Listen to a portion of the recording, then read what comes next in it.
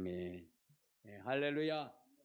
하나님의 은혜가 여러분의 심령 가운데 넘치기를 주님의 이름으로 축원합니다. 우리 하나님의 말씀을 보도록 하겠습니다. 하나님의 말씀은 역대하 13장 13절부터 18절까지 읽도록 하겠습니다. 역대하 13장 13절부터 18절까지 시작. 여로보암이 유다를 뒤로 둘러 복병하였으므로 그 앞에는 이스라엘 사람이 있고 그 뒤에는 복병이 있는지라. 유다 사람이 뒤를 돌아보고 자기 앞뒤에 적병으로 말미암아 여호와께 부르짖고 제사장들은 나팔을 부니라. 유다 사람이 소리지르매 유다 사람이 소리지를 때에 하나님이 여로보암과 온 이스라엘을 아비야와 유다 앞에서 치시니 이스라엘 자손이 유다 앞에서 도망하는지라. 하나님이 그들의 손에 넘겼으므로 아비야와 그의 백성이 크게 무찌르니 이스라엘이 택한 병사들이 중임을 당하고 엎드려진 자들이 50만 명이었더라. 그때에 이스라엘 자손이 항복하고 유다 자손이 이겼으니 이는 그들이 그들의 조상들의 하나님 여호와를 의지하였습니다. 아멘. 이제 자기 자신을 축복하실 때 이렇게 축복하십시오. 나는 하나님 때문에 가장 행복한 사람입니다. 고백하시길 바랍니다. 나는 하나님 때문에 가장 행복한 사람입니다. 아멘. 할렐루야. 할렐루야. 지금 이 시기를 보면 코로나로 인해서 참 많은 사람들의 그 마음이 무너지고 깨어져서 참 어떤 때는 사람으로서 상상할 수 없는 그러한 행위들을 하는 것들을 보게 됩니다. 자, 한두 달 내에 끝날 것만 같았던 이 코로나가 계속해서 몇 개월이 지속되고 나다 보니까 모든 사람들이 다 지쳐가고 있고 또 포기해가는 사람들이 넘쳐나고 있습니다. 이 시대 속에 우리 믿는 사람들이 취하여 이길 수 있는 비결은 무엇일까? 이 코로나를 이기고 다시금 하나님의 은혜 가운데 마음껏 하나님을 찬양하며 함께 살아갈 수 있는 그 길을 여는 방법은 무엇인가? 오늘 저는 이 본문을 통해서 그것을 전하고자 합니다. 자, 여러분, 이 솔로몬의 범죄로 말미암아 이스라엘이 두 조각이 나게 됐습니다. 솔로몬의 범죄를 보시고 하나님께서는 내가 너희가 통치하는 그 나라를 둘로 나눌 때인데 네 대는 하지 아니하고 내 아들 때에 나눌 것이라 이렇게 하더니 솔로몬의 아들 르호보암 시대에 이제 나라가 나누어지게 되는데 르호보암이라고 하는 사람은 두 지파 유다와 베냐민 지파를 통치하게 되는 남유다를 이루었고 여로보암이라고 하는 왕은 이제 10지파를 그리고 북이스라엘을 그렇게 만들어서 통치하게 됩니다. 자, 그런데 하나님께서 이 르호보암 시대에 좀 강성하게 하시다가 르호보암의 범죄로 말미암아 이제 또 나라가 쇠약해지게 됩니다. 그러면서 그 르호보암이 죽게 되고 이어서 아비야라고 하는 그 왕이 등극을 하게 되죠. 이때에 여로보암이라고 하는 이 왕은 이때가 기회라고 생각을 해서 이스라엘을 침공하게 됩니다. 여러분 숫자적으로 보면 능히 이 여로보암은 이 이스라엘을 쳐서 승리할 수 있는 그러한 상황입니다.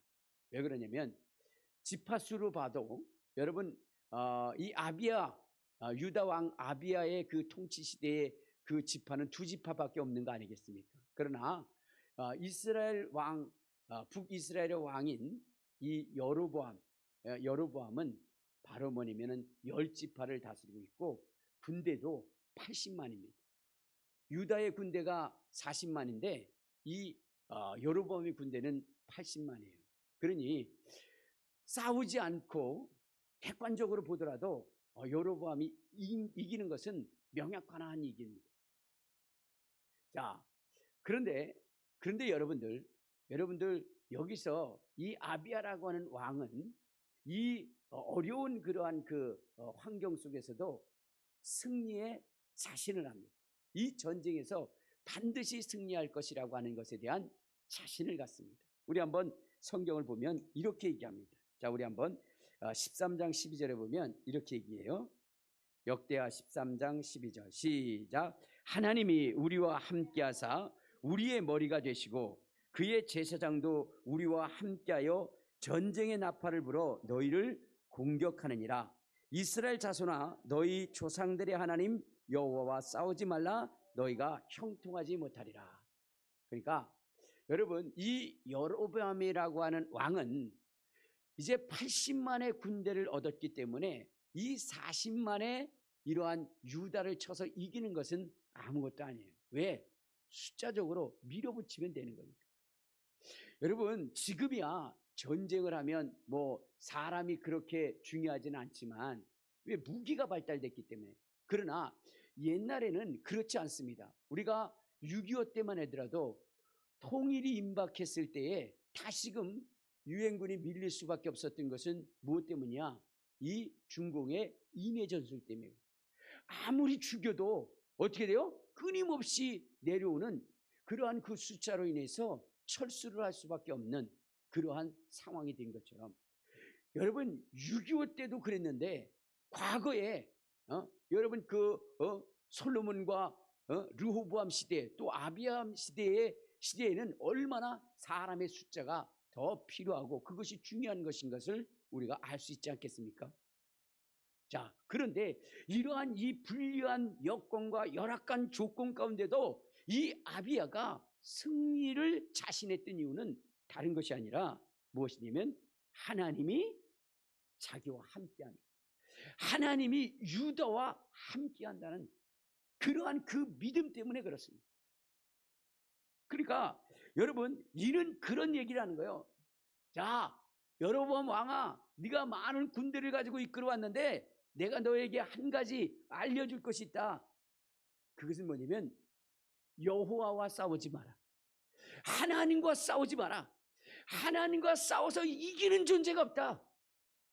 여호수아도 여러분 노예와 같은 그러한 이스라엘 백성들을 가지고 잘 훈련된 아멜렉과의 전투에서 거기서 승리할 수 있었던 것은 하나님이 여호수아와 모세와 또한 이스라엘 백성들과 함께 했기 때문에 그 전쟁을 이기게 하는 것처럼 오늘 이 아비야도 이야기하기를 뭐라고 얘기하느냐? 여로보암아, 네가 한 가지 잊은 것이 있어. 많은 군사를 가지고 이길 것 같지만 그러나 한 가지 잊은 것이 있는데 그것은 싸움은 하나님께 속한 것이기 때문에 하나님을 대적하여 이길 수 없는 것이다. 그러므로 유다와 싸우려 하지 마라. 패배만 있을 것이다 라고 이렇게 얘기했던 겁니다. 여러분, 오늘 이 말처럼 이 유다는 대승을 거두게 됩니다. 엄청난 승리를 거두게 되는데 우리 한번 15절부터 한번 봅시다. 15절부터 18절까지. 자, 시작. 이스라엘 자손이 유다 앞에서 도망하는지라. 자, 역대하 16절부터입니다. 시작. 이스라엘 자손이 유다 앞에서 도망하는지라 하나님이 그들의 손에 넘겼으므로 아비야와 그의 백성이 크게 무찌르니 이스라엘의 택한 병사들이 죽임을 당하고 엎드려진 자들이 50만 명이었더라. 그때 이스라엘 자손이 항복하고 유다 자손이 이겼으니 이는 그들이 그들의 조상들의 하나님 여호와를 의지하였습니다. 그러니까 어떻게 되냐면 이 이스라엘이 대패를 당한 이유가 무엇이냐? 유다와 하나님이 함께 하셨기 때문에, 남유다와 하나님이 함께 하셨기 때문에 하나님이 역사를 하니까 이스라엘의 50만의 군대가 한순간에 죽어버렸어요. 그리고 유다는 승리를 하게 됐고, 이후에 여러분 이 여로보암은 어땠냐? 20절을 한번 봐요. 20절 시작. 아비야 때에 여로보암이 다시 강성하지 못하였고 여호와의 치심을 입어 죽었다. 그러니까 하나님과 대항해서 싸운 결과가 어떻게 됐느냐? 어떻게 됐어요? 대패를 할 뿐만 아니라 자기의 가졌던 거의 대부분의 땅을 빼앗겼고 결국 그는 죽고 말았고 그 이스라엘은 다시는 강성할 수 없었다. 이처럼 하나님이 함께하는 자의 싸움에서 승리할 수가 없다는 것을 오늘 이 본문은 우리에게 말씀해 주고 있는 것입니다. 자, 그러면 이 아비야가 어떻게 했길래, 남유다가 어떻게 했길래 하나님이 함께 하신 것인가? 오늘 우리도 지금 이 어려움과 고통 속에서 이겨내려면 하나님이 우리와 함께 하셔야 되는데, 그러면 이 남유다에게 하나님이 함께 했던 그 비결, 그 이유는 무엇이었을까? 자, 우리 한번 성경을 찾아보도록 하겠습니다. 자, 13장. 자, 13장 우리 4절 5절을 보면 이렇게 얘기했어요. 4절 5절. 자, 시작. 아비야가 에브라임 산중 스마라임 산 위에 서서 이르되 여로보암과 이스라엘 무리들아 다 들으라. 이스라엘 하나님 여호와께서 소금 언약으로 이스라엘 나라를 영원히 다윗과 그의 자손에게 주신 것을 너희가 알 것이 아니냐. 그러니까 무슨 얘기냐면, 이 아비야라고 하는 사람은 무엇에 대한 믿음의 확신을 가졌느냐? 그것은 다른 것이 아니라 하나님이 다윗에게 언약한 그 언약은 영원히 사라지지 않고 반드시 하나님이 다윗을 통해서 그 위를 영원히 이어줄 것이라고 하는 이 약속에 대한 확신입니다. 그러니까 여러분, 때로는 이스라엘 민족이 남유다의 그러한 그 사람들이 비록 범죄를 하고 그 왕들이 범죄한다 할지라도, 그런다 할지라도 그 왕위를 영원히 피하지 아니하시고 다시금 세우셔서 견고케 하실 것이라, 소금 언약을 통해서 하나님은 다윗의 가문을 영원히 떠나지 않을 것이라는 그 확신을 이 아비야는 가졌던 것입니다. 하나님은 다윗에게 약속을 하셨어요. 어떤 약속을 하셨느냐? 우리 한번 시편 89편에 보면 이러한 약속을 하십니다. 자, 시편 89편 27절에 보면 이런 말씀이 있어요. 자, 시작. 내가 또 그를 장자로 삼고 세상 왕들에게 지존자가 되게 하며 그를 위하여 나의 인자함을 영원히 지키고 그와 맺은 나의 언약을 굳세게 하며 또 그의 후손을 영국케 하여 그들의 왕위를 하늘의 날과 같이 하리로다. 그러니까 하나님께서 다윗에게 약속하시기를 내가 너를 장자로 삼을 것이고 그리고 세계 열왕의 으뜸이 되게 할 것이고 내가 너와 맺은 이 언약이 영원하여 내 자손들이 영구히 그 왕위를 지켜나갈 것이다. 그것을 하나님이 누구와 약속하셨느냐? 다윗과 약속하셨다. 비록 여러분 정말로 다윗의 후손들이 범죄를 한다 할지라도 하나님은 뭐라고 그랬느냐? 자, 30절에 보면 이러한 말씀이 있어요. 30절부터 34절까지 시작. 만일 그의 자손이 내 법을 버리며 내 규례대로 행하지 아니하며 내 율례를 깨뜨리며 내 계명을 지키지 아니하면 내가 회초리로 그들의 죄를 다스리며 채찍으로 그들의 죄악을 벌하리로다. 그러나 나의 인자함을 그에게서 다 거두지 아니하며 나의 성실함도 패하지 아니하며 내 언약을 깨뜨리지 아니하고 내 입술에서 낸 것은 변하지 아니하리로다. 그러니까 비록 뭐예요? 그 남유다의 다윗의 혈통을 이어받은 왕들이 범죄를 한다 할지라도 그 범죄 때문에 그 왕위를 패하지 않는다는 거예요. 징계가 있고 징계는 있다 할지라도 그러나 뭐냐? 영원히 패하지는 않는다는 거예요. 오히려 그들을 돌이키게 해서 어떻게 하신다? 우리 36절부터 보면 자, 시작. 그의 후손이 장구하고 그의 왕위는 해같이 내 앞에 항상 있으며 또 궁창에 확실한 등인달같이 영원히 견고하게 되리라 하셨도다 그랬어요. 그러니까 하나님이 어떻게 하시냐? 이 유다만큼은, 다윗의 위만큼은 포기하지 않겠다는 거예요. 그것을 끝까지 지켜 행하시겠다는 것입니다. 이것을 바로 아비야는 확실히 믿었다는 겁니다. 확실히 믿었다는 거예요. 그러니까 여러분들 오늘 이 코로나로 인해서 모든 사람들이 힘들고 어려우고 신앙을 포기하고 있는 이때 정말로 하나님은 우리와 함께 하지 않는 것 같다. 정말로 하나님은 살아계시지 않는 것 같다 라고 이렇게 여러분 신앙을 포기하고 싶을 이때에 여러분 우리는 확실히 해야 되는 것은 무엇이냐면 하나님은 우리를 포기하지 않는다는 거예요.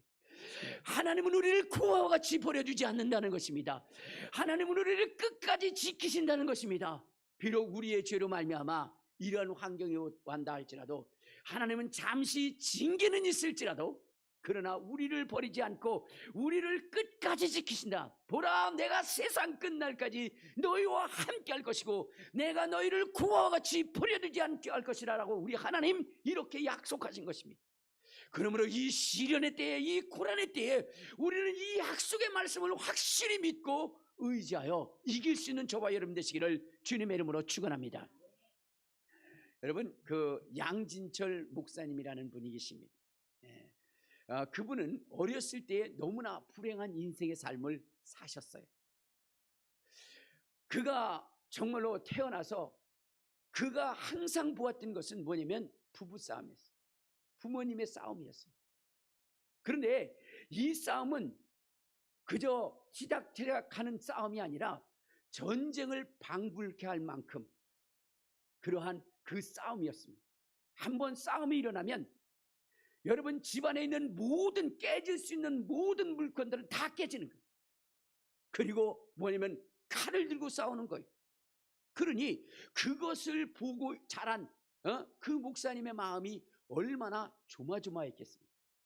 결국 이 일로 인해서 어머니는 가출을 하셨고 아버지는 술로 인생을 살았어요.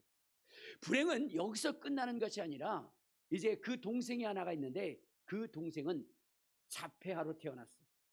자폐아뿐만 아니라 정신적 연령이 3살밖에 안 되는 그러한 자고 또 정신 이상자로서의 그러한 동생이 있었던 겁니다. 그 아이는 이 국가의 어느 기관도 감당할 수 없을 만큼의 그러한 그 아주 폭력적이고 그리고 감당할 수 없을 만큼의 그러한 이상행동을 벌이게 되는 거예요. 그래서 기관에 맡기면 하루도 못해서 이틀도 못해서 전화가 와서 데리고 가라고, 이런 아이는 처음이라고 그렇게 하고 있는 거예요. 그렇기 때문에 어쩔 수 없이 형의 몫이었어요. 그 아이를 담당하는 것은 형의 몫이에요. 어린 나이에 정말로 뭐냐면 학교도 다녀야 되고 그 동생도 돌봐야 되고 그러한 그 상황 속에 있을 때 그의 마음은 얼마나 힘들고 어렵겠습니까? 그런데 불행은 여기서 멈춰지는 거 아니에요. 얼마 후에 아침에 자고 일어나니까 눈이 안 보이는 거예요. 눈이 안 보는 거예요. 그래서 어찌된 일인가 하고 병원에 갔더니 뭐냐면 황색변증이라고 해가지고 이 눈이 한쪽 눈이 실명이 된 거예요. 그리고 나머지 한쪽 눈도 이제는 뭐냐면 실명되어 가고 있는 거예요. 너무나 충격을 받은 거예요. 여러분 생각해 보십시오. 부모님이 여러분 제대로 된 역할을 해주지 못하고 동생조차도 자기가 떠나야 되고 그리고 이제는 자기의 그러한 시력조차도 상실되어져서 실명의 위에 있으니 여러분 자기가 생각할 때 이 세상에 이처럼 버림받고 이처럼 짓밟힌 인생이 있을까 할 만큼 그는 좌절과 절망 속에 살아갔다. 너무나 인생이 슬펐고 너무나 인생이 힘들었습니다. 한 인생이 짓밟혀도 이렇게 짓밟힐 수가 있는가? 한 인생의 삶이 찢어져도 이렇게 찢어질 수가 있는가? 한 인생이 고통스러워도 이렇게 고통스러울 수가 있는가?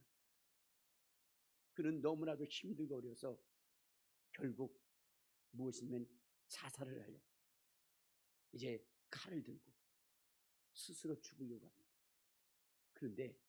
그런데 이 죽음조차도 이 죽음이라고 하는 이 마지막 선택조차도 마음대로 편안히 할 수 없는 그러한 존재가 됐어요.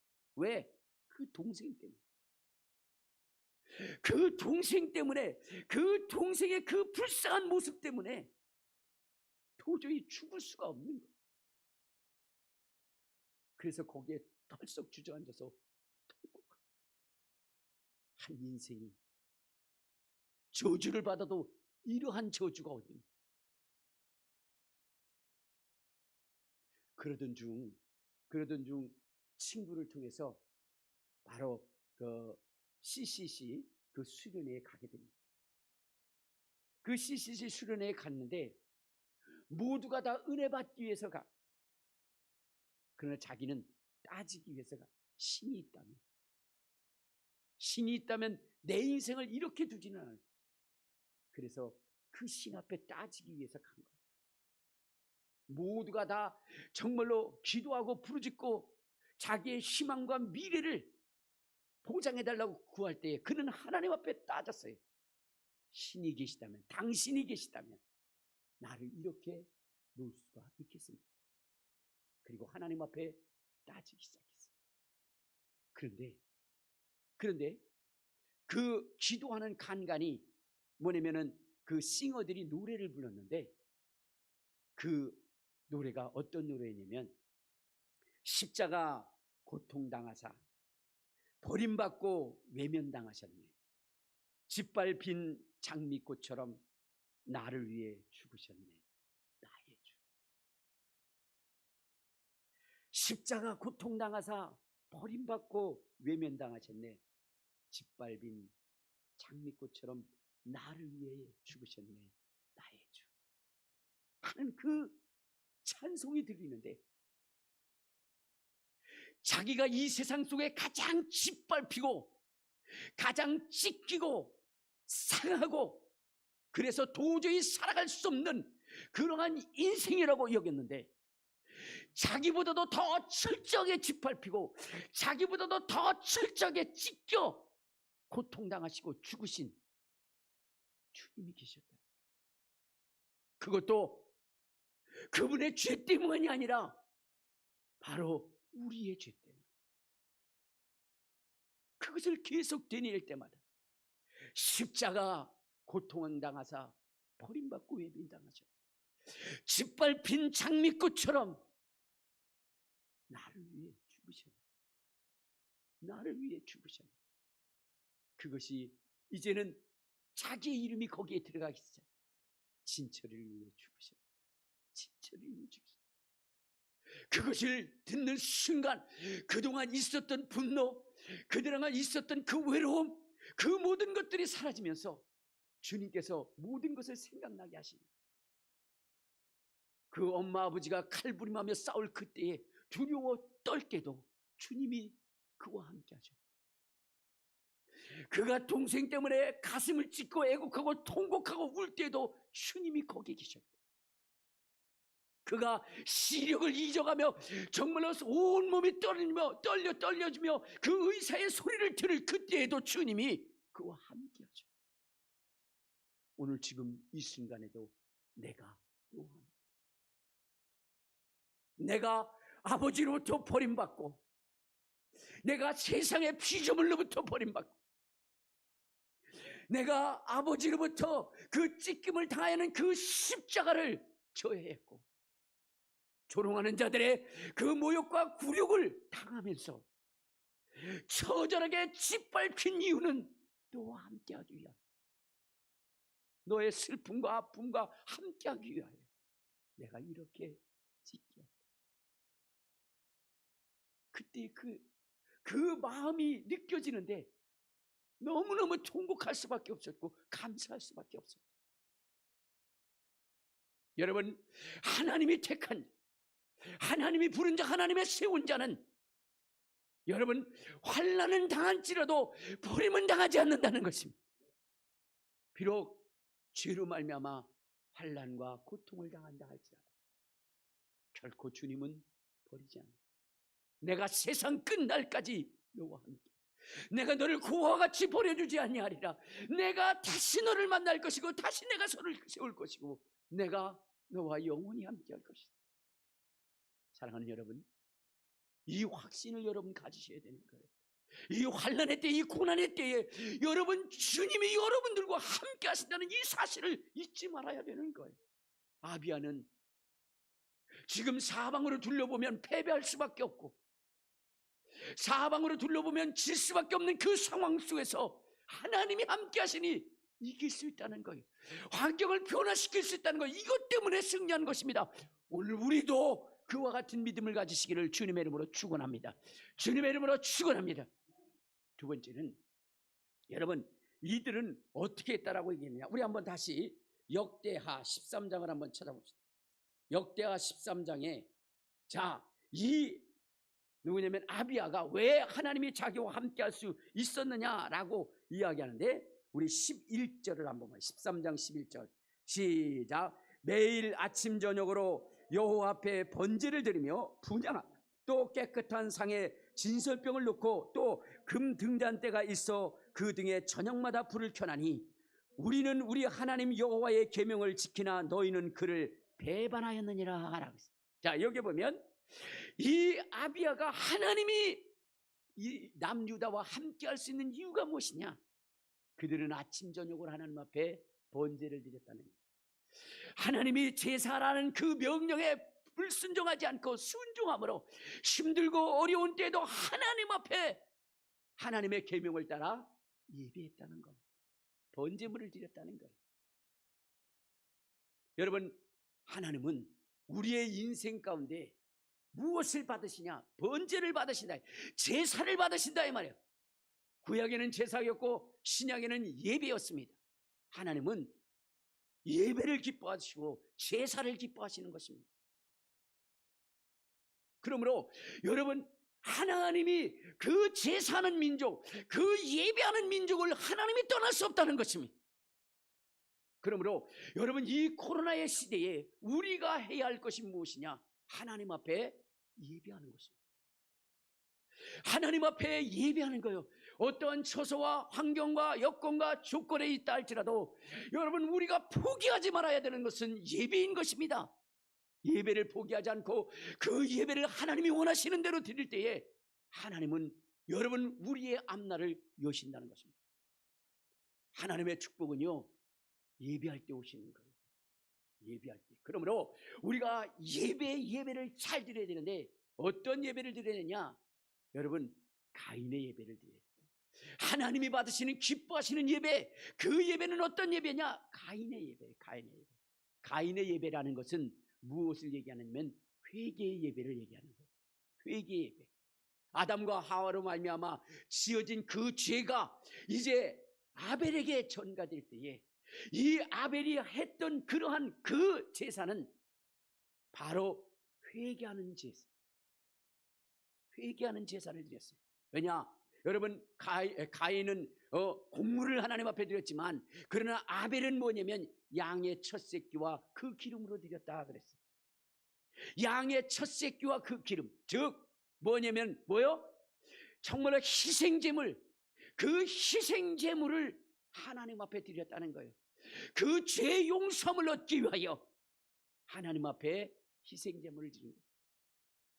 여러분, 그 어린 양 첫 새끼는 누구를 상징하는 것이냐? 예수 그리스도를 상징하는 것이고, 그 기름은 무엇을 상징하는 것이냐? 성령을 상징하는 것입니다.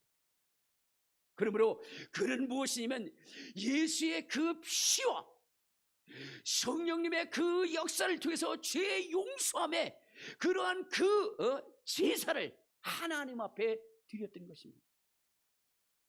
오늘날 우리의 예배도, 여러분, 우리가 드려지는 이 예배도 어떤 예배여야 되느냐? 여러분, 예수의 피와 성령의 예배가 되어야 되는 것입니다. 신령과 진정의 예배라는 것은 예수님과 성령으로 드려지는 예배인 것입니다. 그러면 예수와 성령님으로 드려지는 이 예배의 결과는 무엇이냐? 우리 한번 로마서 8장 1, 2절을 한번 봅시다. 로마서 8장 1, 2절. 거기에 보면 이러한 말씀이 있습니다. 시작. 그러므로 이제 그리스도 예수 안에 있는 자들에게는 결코 정죄함이 없나니 이는 그리스도 예수 안에 있는 생명의 성령의 법이 죄와 사방의 법에서 너를 해방하였습니다. 우리가 정말로 예수와 성령으로 드려지는 이 회개의 예배는 우리의 모든 죄악들을 사하시고, 그리고 우리를 죄에서 자유케 하고 하나님의 복을 누릴 수 있는 그러한 자가 됩니다. 마귀가 참수할 수 없는 자유자, 정말로 사단이 참수할 수 없는 그러한 자유자가 되고 하나님의 복을 누릴 수 있는 상속자가 되는 이러한 역사라는 것입니다. 그러므로 우리가 아벨의 예배, 즉 회개 예배, 정말로 예수와 예수의 피와 정말로 성령으로 드리는 이 예배를 우리가 포기하지 말아야 되는 것입니다. 두 번째는 우리는 노아의 예배를 드려요. 노아의 예배. 노아의 예배라고 하는 것이 무엇입니까? 그들은 정말로 그 홍수 속에서 수없는 사람이 죽어나가게, 그 무서운 홍수 속에서 하나님께서 방주를 통하여 그 가정을 구원해 주셨습니다. 노아는 이거에 대한 예배를, 제사를 하나님 앞에 드렸습니다. 즉 무엇이냐? 감사의 예배. 구원해 주신 은혜의 감사, 그 감사를 인도하는 하나님 앞에 드렸다는 거예요. 여러분, 오늘 우리가 이 세대를 살아가면서 우리가 잃어버린 것이 뭐냐? 하나님께 대한 감사, 구원에 대한 감사. 그 감사를 잃어버리고 원망하고 불평하는 그러한 인생의 삶을 살았습니다. 여러분, 수없는 이 세상에 그 무수한 사람들 속에 우리를 택하여 하나님의 백성, 하나님의 자녀로 삼으시고 죄악에서, 지옥에서 우리를 건지신 이 구원의 은총에 대해서 우리가 감사하지 못했다는 거예요. 이제 우리는 이것을 회복해야 됩니다. 행복이라고 하는 것은요, 감사함으로 오는 거예요. 저는 이 유튜브를 보면서 느꼈던 중에 하나가 뭐냐면, 그 강은정 자매와 강일규 씨라는 그 어르신의 그 이야기를 들으면서 참, 이 가정은 행복할 수밖에 없다라는 것이죠. 그들은 탈북민들입니다. 근데 그들이 탈북해서 한국에 왔어요. 근데 한국에 와서 정말로 그 조그마한 그러한 그 임대 아파트를 받고 그리고 거기서 생활을 합니다. 그런데 이분들은 늘 감사한 거예요. 그 이북의 그 참남하고 참혹한 그런 감시와 매맞음과 굶주림과 그 삶 속에서 살다가 한국에 왔는데 자유가 있고 먹을 것이 있고 거할 거처가 있다는 것이 너무나 감사했어요. 그리고 이번에는 또 결혼도 하고 그리고 또 좀 넓은 그러한 영구 임대 아파트로 옮기게 된 그 아버지가 감격을 하더라고요. 내 평생에 이제는 부러울 것도 없고 지금 당장 죽어도 여한이 없다.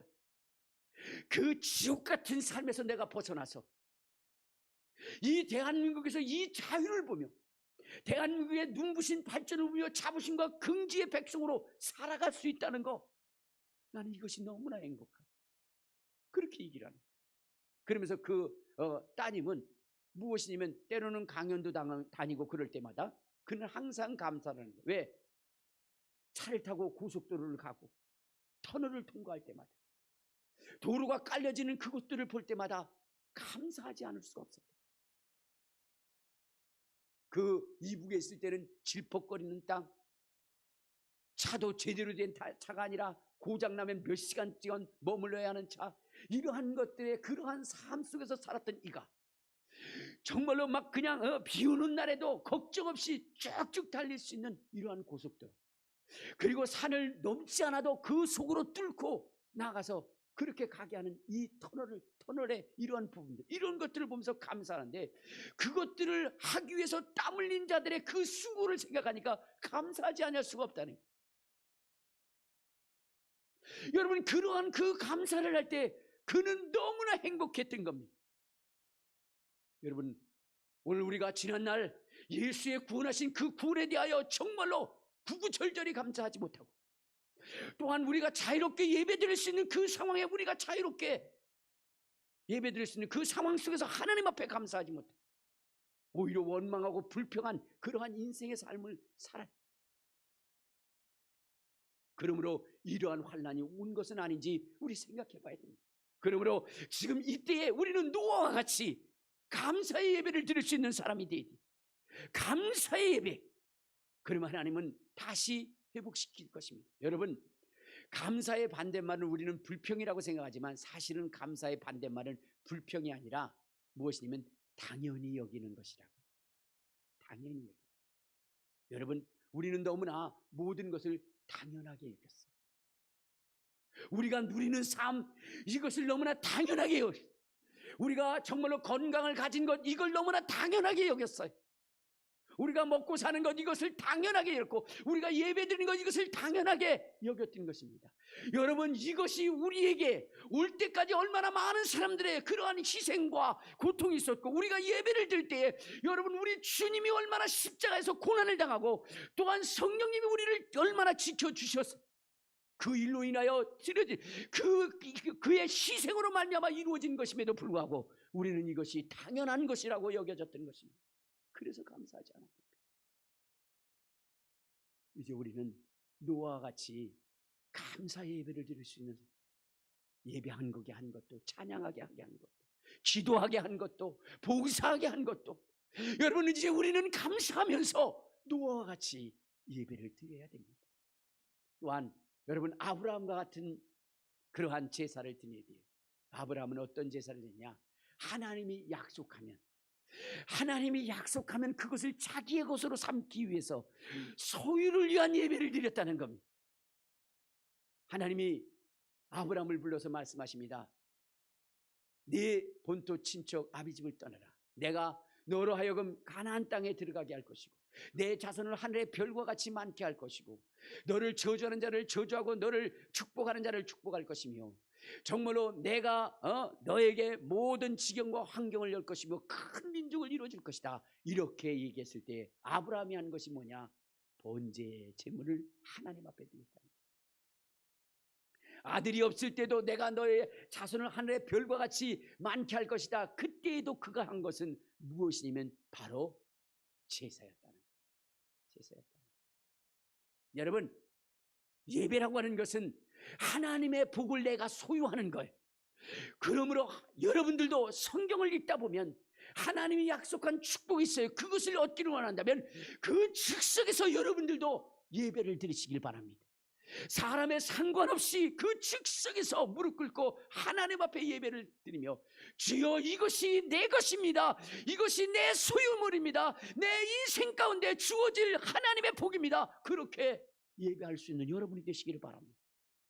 그러면 하나님은 그것을 소유로 주는 거예요. 아브라함에게 그렇게 주셨던 것처럼 말입니다. 마지막으로 우리는 어떤 예배를 드냐? 솔로몬의 예배를 드려야 돼요. 솔로몬의 인천 예배. 여러분, 솔로몬의 그 인천 예배는 무엇을 의미하는 것일까요? 여러분, 우리가 무엇을 소유했다 할지라도, 무엇을 우리가 얻었다 할지라도 여러분 어때요? 그것을 누리며 살지 못하는 사람들이 부지기수로 많습니다. 그래서 우리가 가끔가다 얘기하는 게 뭐예요? 아이고, 그 사람 가난한 집안에 태어나고 가난한 집에 가서 그렇게 고생하더니 이제 살만하니까 암 걸려서 죽었디야. 그런 소리 여러분들 많이 듣죠? 살만하니까, 누릴만하니까, 그러니까 죽었대 하면서 우리가 통탄할 때가 너무나 많이 있잖아요.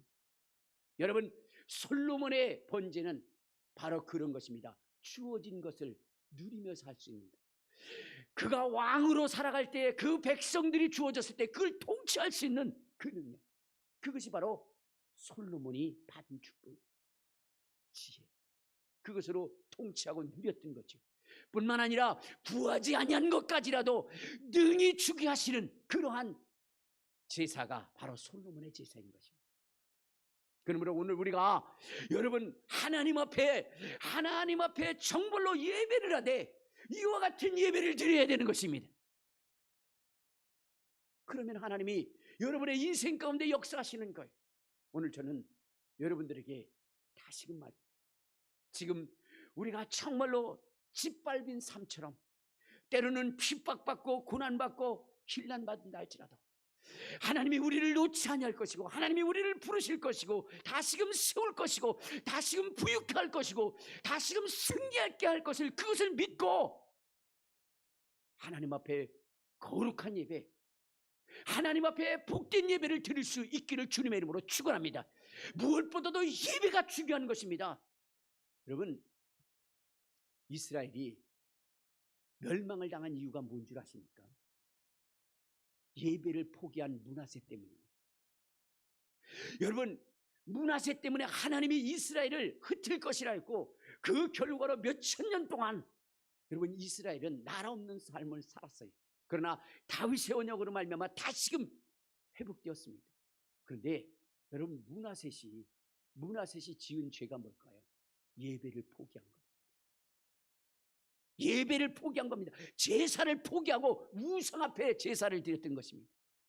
모든 제단들을 무너뜨리고, 그리고 하나님 앞에 드려야 할 그러한 그 번제물과 이러한 것들을 우상 앞에 드렸어요. 하나님 앞에 드려야 할 제사를 포기해버렸다는 겁니다. 그러므로 인해서 고난을 당하는 것입니다. 왜 이스라엘에게서 정말로 이 예수가 오신 이 복음이 이방인에게로 넘어갔을까요? 말라기서에 보면은 제사장들이 하나님 앞에 드려야 할 그 제물들을 여러분은 거룩하지 못한 것, 저는 것, 병든 것, 그렇게 해서 하나님을 모독하는 예배를 드림으로 하나님이 차라리 이스라엘의 성전을 닫아줬으면 좋겠다 하고 하나님은 이방인에게로 가서 이방인에게 예배를 받기를 원하시는 것입니다. 이처럼 제사는 굉장히 중요한 것입니다. 오늘 우리는 이 코로나의 시대에 여러분, 포기하는, 예배를 포기하는 자들이 되지 마시고, 또한 하나님을 모독하고 모욕하는 예배를 드리지 마시고, 하나님이 기뻐하시고 하나님이 받으실 만한 그러한 향기로운 산제물의 예배를 드려서 다시금 모든 것을 회복하게 할 수 있는 그러한 예배가 되시길 바랍니다. 주님은 말씀하시기를, 뭐라고 말씀하시죠? 너희는 이 세대를 본받지 말고 하나님이 기뻐하시는 거룩한 산제물을 하나님 앞에 드리라. 영적인 예배를 드려라. 하나님이 받으시는 예배를 드리라. 그렇게 말씀하셨습니다. 오늘 우리 하나님이 받으시는 예배를 통해서 하나님이 저와 여러분들과 함께하고 다시 한국교회와 함께할 수 있는 그러한 일들이 이루어지기를 주님의 이름으로 축원합니다. 우리